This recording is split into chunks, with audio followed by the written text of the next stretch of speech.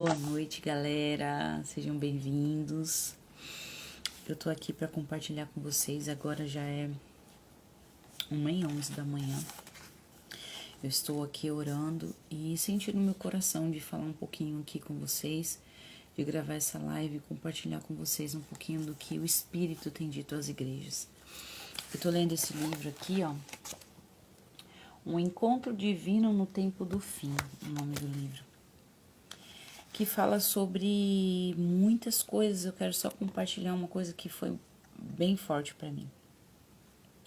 Ele diz assim, ó: você tem um destino espiritual. Queridos, você já conhece qual é o seu destino espiritual? Nós nascemos, crescemos, nossos pais nos educam, nos ensinam para viver o contexto humano. Então, qual é o percurso do sistema? Os seus pais te ensinam a escola. Hoje em dia, infelizmente, a gente não tem um contexto de paternidade, onde o pai e a mãe ensinam exatamente o que os filhos devem ser e o que os filhos foram chamados para ser. Infelizmente, se perdeu esse conceito, esse entendimento ao longo dos anos. Mas não era assim no tempo da Bíblia. Deus, ele estabeleceu um destino para cada ser humano na face da terra. O Senhor diz que os ímpios foram criados, até os ímpios foram criados para o tempo do juízo. Então Deus estabeleceu cada ser humano com um propósito. A palavra diz que Deus não tem prazer na morte do ímpio, que o Senhor deseja que todos sejam salvos. Então, o propósito real de Deus, o projeto real de Deus é que todos sejamos salvos, curados, libertos, transformados. E nós temos um inimigo iminente que veio para matar, roubar e destruir. São dois pontos fortíssimos, terríveis, né, na nossa vida. O que eu quero pontuar aqui com você é que nós estamos no contexto do fim dos tempos, do fim. E o que nós estamos fazendo hoje para que Jesus volte e para que a gente suba com ele quando ele voltar? Será que realmente a gente está pronto para esse tempo? Será que realmente a gente está consciente do que realmente vai acontecer? E qual é o seu destino celestial, espiritual? Porque todos estamos vivendo, como eu estava falando, a vida que o sistema dita. Então, você vai buscar uma profissão segundo aquilo que seus pais estabeleceram, que a sociedade estabeleceu. Hoje em dia, a gente está num contexto e numa era assim mais livre, mais aberta, de uma certa forma, onde as pessoas elas já sabem, de uma certa forma, o que elas querem fazer. Então, quando hoje você pergunta para um jovem, para um adolescente, a boa parte assim já sabe, eu gostaria de ser isso, eu gostaria de ser aquilo, porque nós estamos numa sociedade liberal, numa sociedade mais livre de conceitos e valores e tantas regras, né? Como era antigamente, que os pais governavam os filhos até depois de adultos. Hoje em dia, os jovens saem de casa com 15 anos, 16 anos e acham que eles têm que viver a vida deles. Então, a gente está num contexto muito complicado. E as pessoas não estão buscando seus destinos espirituais. Algumas buscam uma coisa aqui, outra coisa ali, mas o projeto de Deus é que nós conheçamos e prossigamos em conhecer qual é a vontade plena de Deus. Então, Deus criou cada ser humano na face da terra com um destino espiritual. Deus não criou nenhum ser humano para ser as suas profissões. Deus criou os seres humanos para desenvolverem a sua identidade. Então, esse é o processo mais importante na vida de um ser humano: conhecer e desenvolver a sua identidade. E aqui nesse livro ele está relacionando sobre isso. Ele diz aqui, o apóstolo Paulo teve um destino espiritual.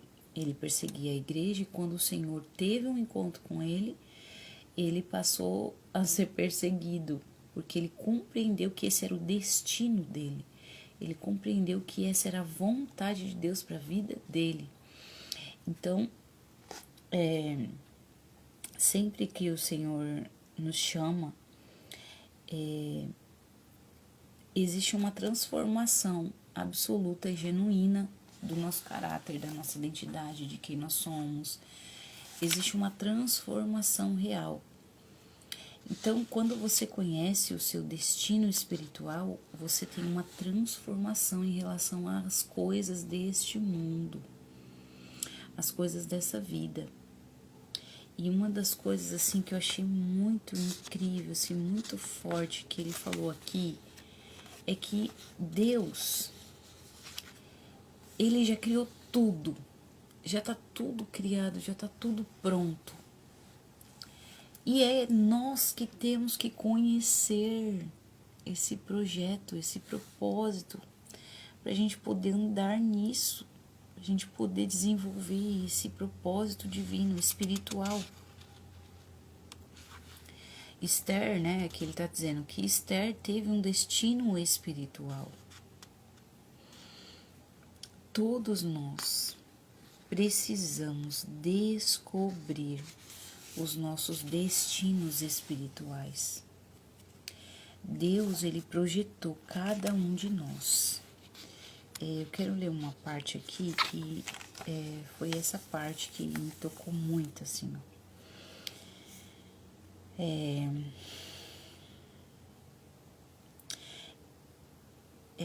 Deus não é homem para que minta, nem filho do homem para que se arrependa. Porventura diria ele e não faria? Ou falaria e não o confirmaria? Números 23:19. Nenhuma palavra de Deus decretada sobre sua vida retornará a ele vazia. Contudo, você deve receber a sua palavra no Espírito e agir pela fé, antes que se cumpra e se torne realidade. Gente, isso é tão real. Olha, eu recebi algumas palavras proféticas do Senhor quando eu tinha 10 anos de idade. Foi a primeira palavra profética que eu recebi na minha vida. Uma pessoa, a gente estava numa campanha e uma pessoa se levantou, ela me tomou assim pelas mãos, ela me levou assim no centro da sala da casa da pessoa e ele falou assim, ó, quem é a mãe dessa criança? E aí minha mãe chegou perto de mim e ele falou assim, ó, cuida dessa menina, ensina ela no caminho do Senhor, cuida dela, porque o Senhor vai usar muito ela. E ele disse assim pra mim, ele falou, olha, eu vejo você gravando um CD e vejo você indo aos 4 cantos dessa terra. E através do seu louvor, vidas vão ser curadas, pessoas vão ser libertas, vidas vão ser restauradas, famílias vão ser transformadas. Quando eu recebi essa palavra, no meu espírito eu fiz igual Sara. Eu duvidei. Eu disse, não, isso aí não deve ser para mim. Eu duvidei, eu sorri dentro de mim. Porque eu pensei, é impossível. Eu era pobre, a gente mal tinha dinheiro para comprar roupa, a gente mal tinha dinheiro para comer muitas vezes. A gente muitas vezes não tinha. Eu lembro que a gente tinha que comer, gente, farinha com manteiga, sabe? Aquelas farinhas de milho. Eu amava aquilo. E às vezes a gente tinha que comer farinha de mandioca com água e açúcar, com leite quando tinha leite. Mas o que eu quero dizer é que eu neguei. Eu não tive fé e nem recebi aquela palavra no meu espírito. Porque eu não criei naquilo por causa das minhas condições físicas, das minhas situações financeiras. E porque eu era só uma criança, eu tinha 10 anos na época. Então, olha só, você deve receber a palavra no Espírito e agir pela fé, antes que se cumpra e se torne realidade. Aí ele segue dizendo assim, ó, ele o destinou para derrotar Satanás, o pecado, o inferno e a tumba, e viver 100% vitorioso, 100% no tempo sobre qualquer coisa, você vai viver no seu tempo sobre qualquer coisa. 100%. 100% no poder. 100% do poder. Ah, tá. Você vai viver 100%, vitorioso 100% e sobre todo o poder do inimigo 100%. Só que, gente, eu não criei nunca nas coisas que eu recebia, nas palavras proféticas que eu recebia, porque a minha visão, o meu entendimento era cauterizado, eu não conseguia enxergar além das condições que eu vivia. Então, a referência disso é 1 João 4, 4, 5, 4 e 5. Segundo, ele o destinou para ser conforme a imagem de Cristo, Romanos 8, 29. Jesus, ele foi íntegro, ele foi justo, ele foi verdadeiro, ele foi fiel, ele foi santo, ele foi puro, ele foi amigo, ele foi amor, amado, amável, ele foi muitas coisas e a gente foi criado para ser a imagem de Cristo. Ele o destinou a crescer até a altura de Cristo, Efésios 4:13. Nessa condição, ele fala da estatura espiritual de Jesus. Ele está falando do destino espiritual. Então, ele está falando que nós fomos destinados a crescer à mesma altura espiritual que Jesus teve quando ele viveu na Terra. Gente, isso é muito sério. É muito forte isso. Ele nos destinou a alcançar seu poder milagroso fluindo dentro da sua vida. Então, ele nos destinou a experimentar o milagre, a experimentar o poder milagroso de Jesus fluindo dentro da nossa vida. Atos 1:8. Ele nos destinou para realizar as mesmas obras que Jesus realizou: curar enfermos, expulsar demônios e libertar aqueles que estão presos por Satanás. João 14:12. Eu falo de mim. Eu vivi 13 anos dentro de uma igreja com medo do diabo, com medo de Satanás. Eu não sei você, se você tem medo de Satanás, você precisa sair desse lugar. O Senhor te deu poder sobre as obras de Satanás. O Senhor te destinou a curar enfermos. Eu tinha dúvidas, muitas dúvidas sobre a cura na vida das pessoas. Eu tinha medo de impor as mãos sobre a vida das pessoas e elas não serem curadas, porque eu não entendia. Hoje, queridos, eu não imponho mais. Hoje eu tenho aprendido muito assim, ó. Eu ministro para a pessoa. O Senhor pode te curar. Você quer ser curada? A pessoa fala, eu quero. E eu oro. A minha fé, ela foi executada. Eu creio que o Senhor pode curar aquela pessoa. Mas se essa pessoa não crê, ela não vai ser curada. Gente, não existe esse tipo de milagre. todas as pessoas que Jesus curou, elas creram. Olha só, você precisa agir pela fé antes que se cumpra e se torne realidade. Nunca, ouve o que eu vou te dizer, nunca vá a nenhum ministro, a nenhum servo de Deus, a ninguém, a um profeta, a ninguém, se você não estiver disposto a crer. Se você tiver incredulidade no seu coração, não procure ninguém, você não vai receber. E a culpa não é do ministro, a culpa é sua que não crê. As coisas de Deus, as promessas de Deus não acontecem na nossa vida porque nós não escolhemos crer. É uma escolha a fé. Todos os milagres e coisas que Jesus realizou foi por causa da fé das pessoas. Não foi por causa de Jesus. Foi por causa da fé das pessoas. Ele operou.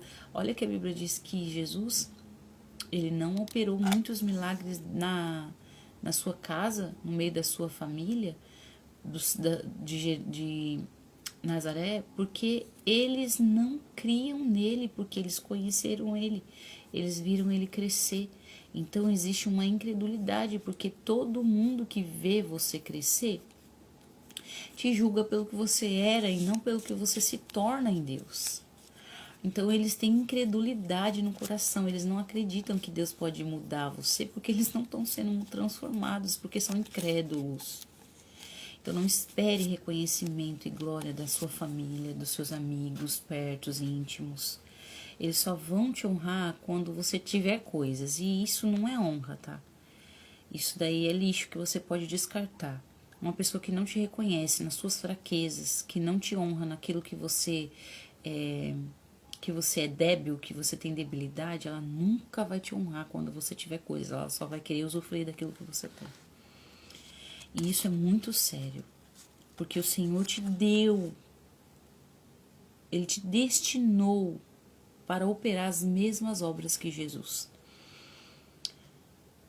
Curar enfermos, expulsar demônios e libertar aqueles que estão presos por Satanás. Olha só para você ver. O gadareno, o endemoniado que a mãe lá foi procurar os discípulos. Pessoas endemoniadas não depende da fé delas, elas estão cheias de demônios. Depende da fé do ministro para o demônio sair. Mas para um milagre acontecer, para a cura acontecer, precisa da sua fé, precisa do seu consentimento, precisa do seu posicionamento. Boa noite, amiga. Então o Senhor nos destinou para isso. O Senhor nos destinou para sermos ressurretos. Olha que coisa incrível. Dentre os mortos e se levantar para encontrá-lo em sua vinda.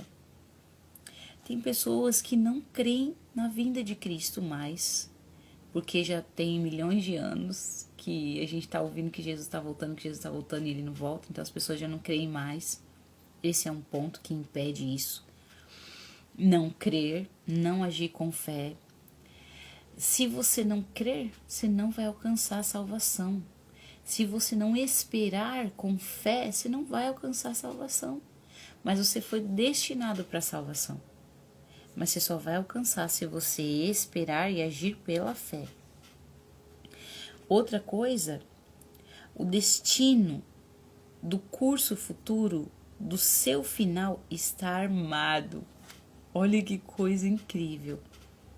Já está tudo pronto para você usufruir do que Deus tem para você.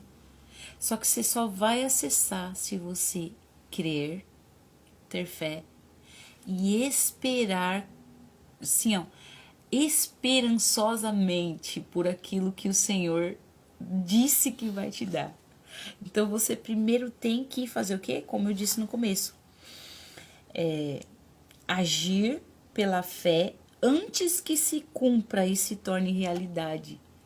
Então as coisas, as promessas só vão se tornar realidade quando você crer de verdade, quando você ter fé, quando você esperar que aquilo vai acontecer. Ele está querendo dizer aqui: o Senhor nos destinou para governar e reinar com Ele durante 1000 anos. Gente, como a gente precisa conhecer sobre a vinda de Jesus, sobre Apocalipse, sobre Daniel. Como a gente precisa conhecer para a gente esperar, para a gente aguardar isso, para a gente esperar com fé, para a gente ter fé. Se você não ter fé, você não vai alcançar, você não vai governar com Jesus, você não vai reinar com Jesus. E esse governo, e esse reino, esse reinar, já está começando aqui. Você tem que estar pronto aqui e agora para você reinar no milênio com Ele. Porque no milênio com Jesus, no finalzinho do milênio, ainda vão se levantar pessoas contra Cristo. Eles vão ter vivido o milênio com Jesus, vão experimentar da glória de Jesus e ainda vão se rebelar com Jesus. E se você não experimentar Jesus agora, você não vai conseguir experimentar Ele lá no milênio e não vai viver com Ele no milênio e depois do milênio. Então, outra coisa que o Senhor nos destinou para viver. Viver com Ele por toda a eternidade. 1 Tessalonicenses 4,17. Nós fomos destinados. Eu estava conversando com uma moça essa semana que ela converteu há pouco tempo. Ela era católica a vida inteira e de repente ela entendeu, ela ouvindo Pablo Marçal, ela entendeu que não era aquilo, que ela precisava buscar outra coisa. Aí ela disse que foi na Mundial, na Igreja Mundial da Graça. Ela começou a ver uma versão diferente, mas ela também entendeu que não era aquilo. E ela estava desigrejada e perdida, ela falou pra mim. E eu conversando com ela, eu falei pra ela sobre a eternidade. Eu perguntei assim pra ela: o que você vai fazer lá no céu? O que você vai fazer na eternidade? Ela: tá aí, uma boa pergunta, eu não sei. Ninguém sabe o que vai fazer na eternidade. Gente, vocês não sabem o que vocês vão fazer na eternidade? Eu sei. Eu sei o que eu vou fazer na eternidade. Carla, o que você vai fazer na eternidade? Coloca aí, miga. Compartilha comigo aí. O que você vai fazer na eternidade? A gente precisa saber o que a gente vai fazer na eternidade. Como a gente vai viver na eternidade. O que a gente vai estar fazendo lá. Gente, olha, nós somos destinados a viver com Ele por toda a eternidade. As pessoas, essa mulher, ela falou assim, ó: ai, eu falei pro Senhor, eu orei pro Senhor, nem sei se tá certo, se eu deveria orar assim, mas eu pedi que tivesse as mesmas coisas que eu tenho aqui. Olha só a visão da gente, o ser humano. Eu também vou fazer isso, cara. Eu vou abraçar o Pai. Eu acho que eu não vou sair do colo de Jesus. Eu tava aqui agora há pouco imaginando o que eu ia fazer quando eu estivesse diante de Jesus no milênio, como eu estivesse vivendo com Jesus no milênio. Gente, eu acho que eu não vou sair do lado dele. Eu não vou desgrudar um segundo sequer de Jesus. Eu acho que eu vou ser aquelas crianças birrenta que gruda na mãe e não solta a mãe por nada, não vai no colo de ninguém, não fala com ninguém. Eu acho que eu vou ser dessas no lado de Jesus. Eu vou lá grudar na aba da saia dele, não vou soltar. Eu vou sentar no colo de Jesus, no colo do Pai. Eu vou andar com ele por Jerusalém, pela cidade santa, pelas ruas de ouro. As pessoas não sabem o que elas vão fazer na eternidade, porque elas não estão sabendo o que elas têm que fazer aqui e agora. Elas não estão tendo essa intimidade com Jesus aqui e agora, e elas não vão ter na eternidade. Vamos treinar com ele. A gente precisa começar isso aqui agora, Carla. A gente precisa estar nesse lugar aqui agora, porque se a gente não fizer isso aqui agora, a gente não vai fazer lá.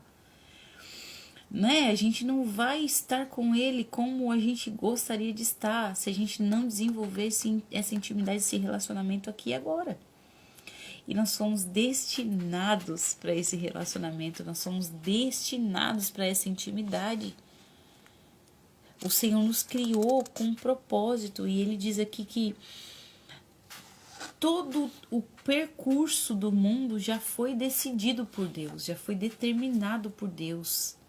Deus projetou antes de criar o mundo.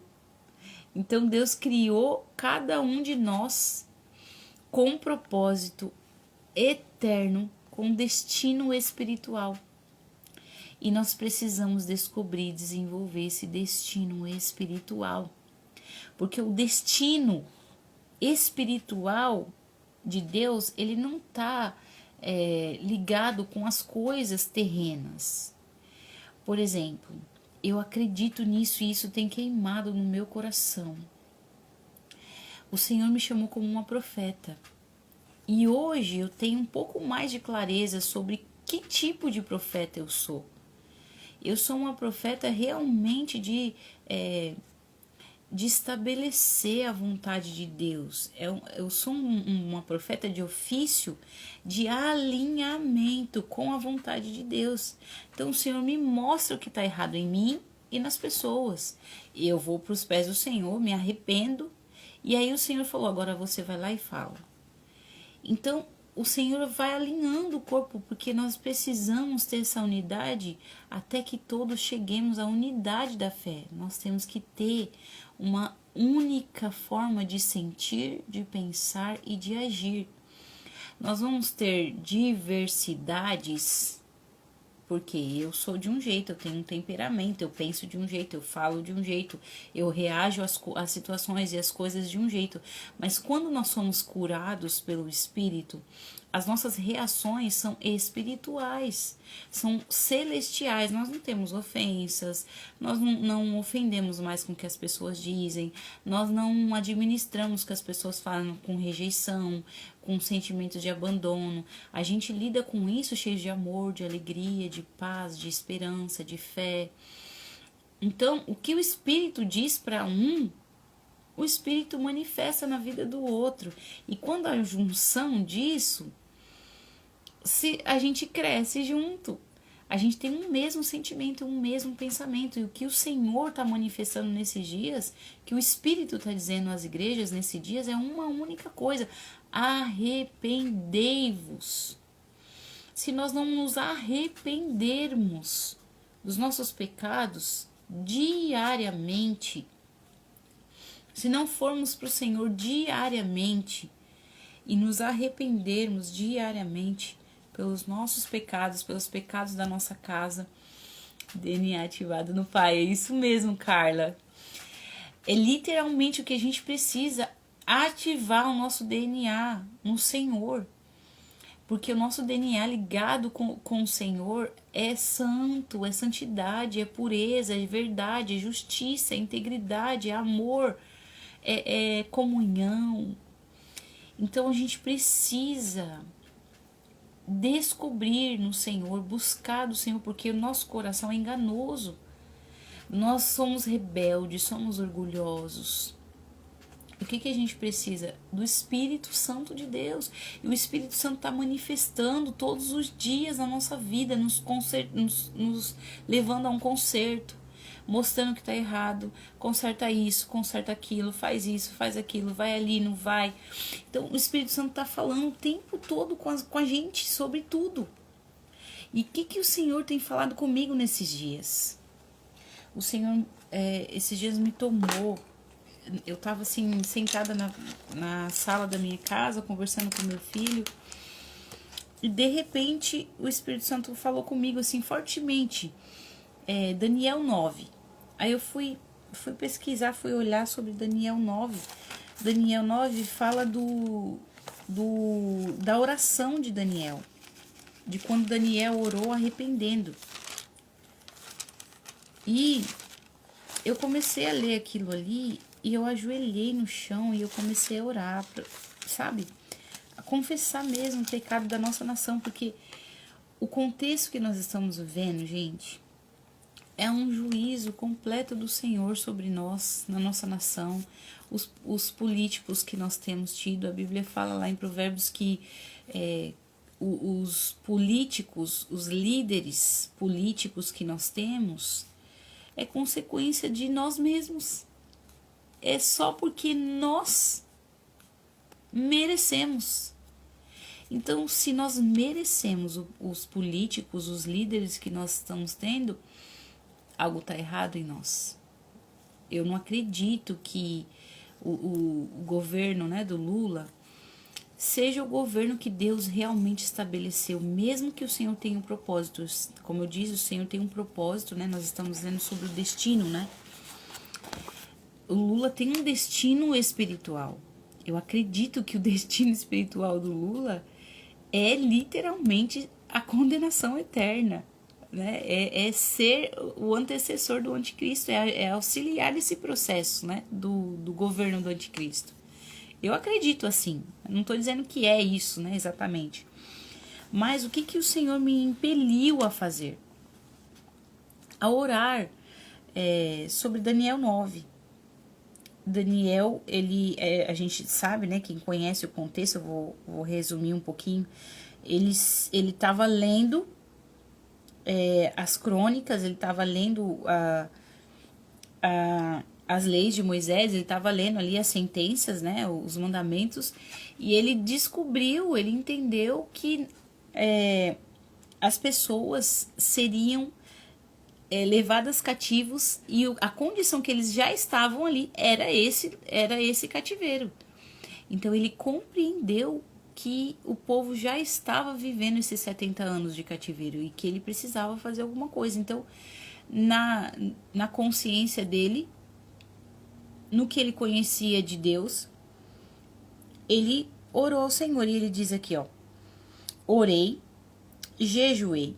Por isso, orei ao Senhor Deus com fervor. Orei, jejuei e usei panos de saco como roupa. Joguei cinza sobre a cabeça e confessei os meus pecados e os pecados do meu povo ao Senhor, o meu Deus. Orei assim. Então, olha o que ele fez. Ele primeiro orou ao Senhor com fervor. Ele orou e jejuou.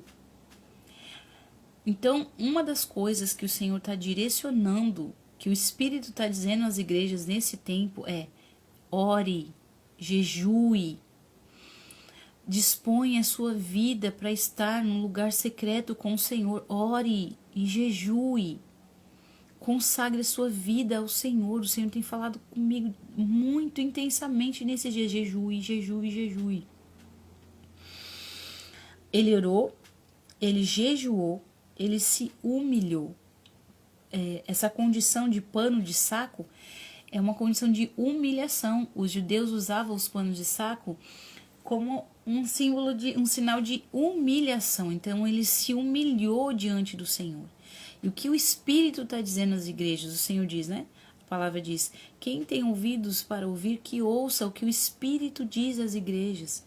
E o que o Espírito está dizendo às igrejas, que as igrejas não estão ouvindo. Infelizmente, 90% da igreja não está ouvindo. Porque nós estamos nessa condição.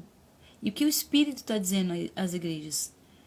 Orem, jejuem, se humilhem. A Bíblia diz: se o meu povo que se chama pelo meu nome se humilhar e orar e me buscar e se converter do seu mau caminho, então eu ouvirei do céu, perdoarei o seu pecado e sararei a sua terra. As pessoas não estão sendo convencidas porque elas não estão no lugar secreto. Elas não estão buscando ao Senhor. Eu tenho visto assim um contexto, uma linha fina. Gente, a Bíblia fala que só uma coisa compete com Deus. É as riquezas, é o dinheiro, é a ganância. As pessoas estão movidas hoje por dinheiro. As pessoas estão movidas hoje por ganância. Elas não estão buscando a Deus por amor genuinamente, porque elas querem servir a Deus genuinamente. Elas querem ser livres das condições de fracasso. Elas querem ser livres das condições de necessidade. Elas querem conquistar coisas, elas querem realizar seus sonhos. Mas o que o Espírito está dizendo às igrejas é: parem. Para tudo. Entre no seu quarto, tranca a sua porta e ore em secreto. E faça isso aqui. Olha o que Daniel orou. Eu orei assim, diz ele: ó Senhor, O Senhor é um Deus grande e impressionante. O Senhor sempre mantém a aliança de amor às pessoas que o amam e obedecem às suas leis. Mas nós temos pecado contra o Senhor e somos culpados.